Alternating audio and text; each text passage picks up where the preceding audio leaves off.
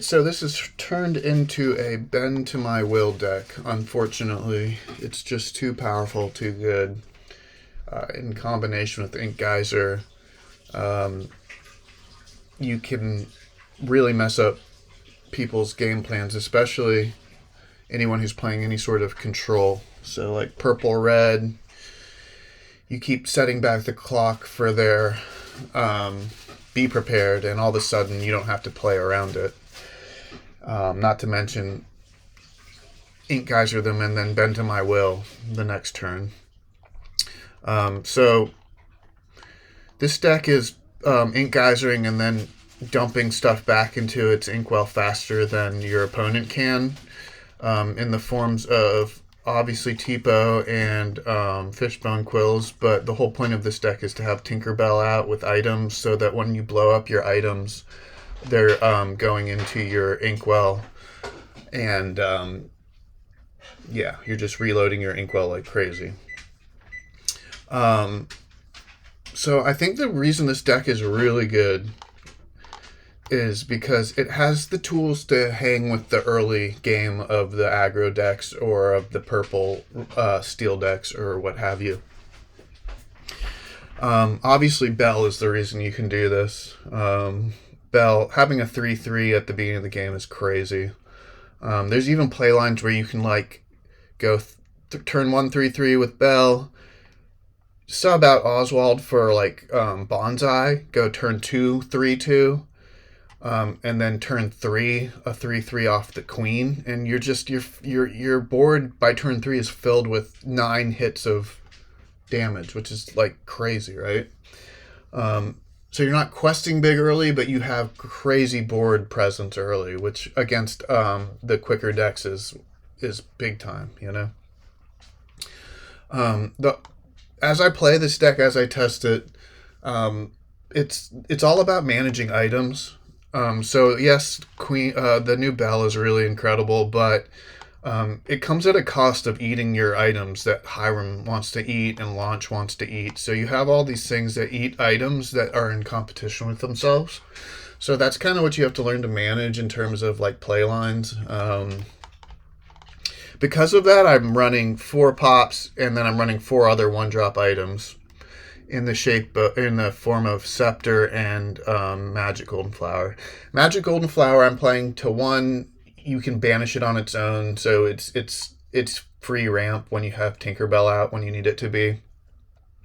You can also use it in conjunction with the Beast, this is now kind of a Beast deck, and I'll explain that in a minute. But you know, you can slam into things with Beast and heal them up with Popsicle and Magic Golden Flower, so those are really nice. The Scepter of Arendelle is just to have a cheap 1-drop item that's inkable, and also if you want to like quest with your Bell and keep her up and smack the 3 on top in front of the Tipo, that's like pretty insane value by adding support to it with the Scepter of Arendelle.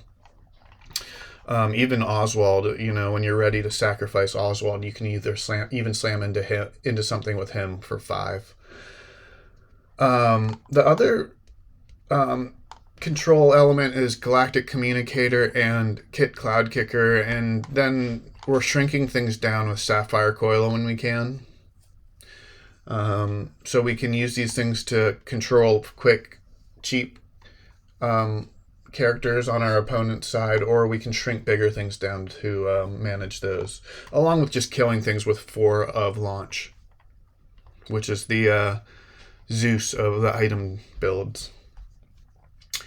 So Beast, here we go.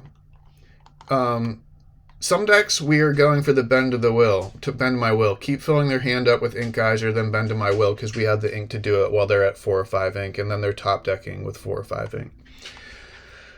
A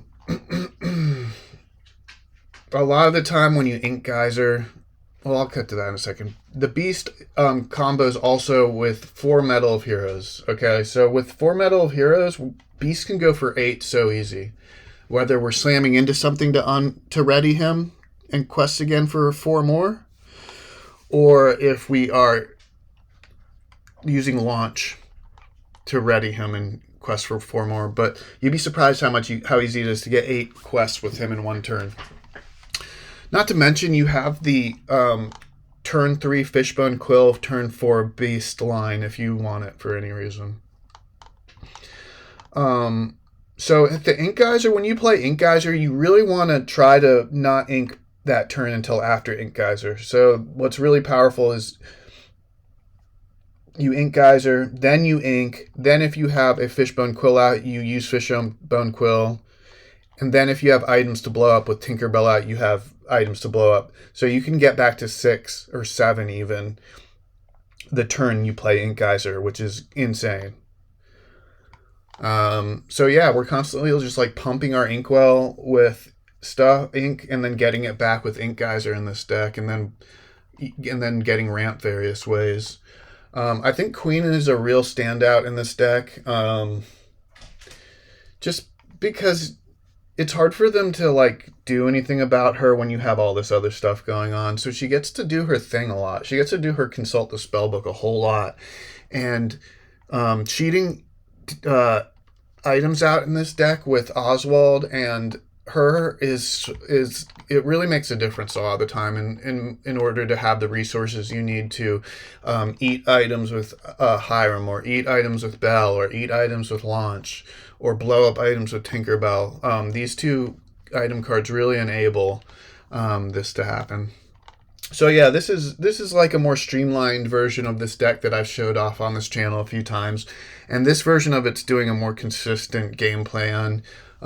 Thanks to my friends in the local area for playtesting with me and helping me realize that Bend to My Will was like really a missing element, and I was kind of avoiding it just because it's such a toxic card. But like, you know, when you're trying to make a real deck, you got to do what you got to do. Anyway, give this deck a shot, or let me know what you think.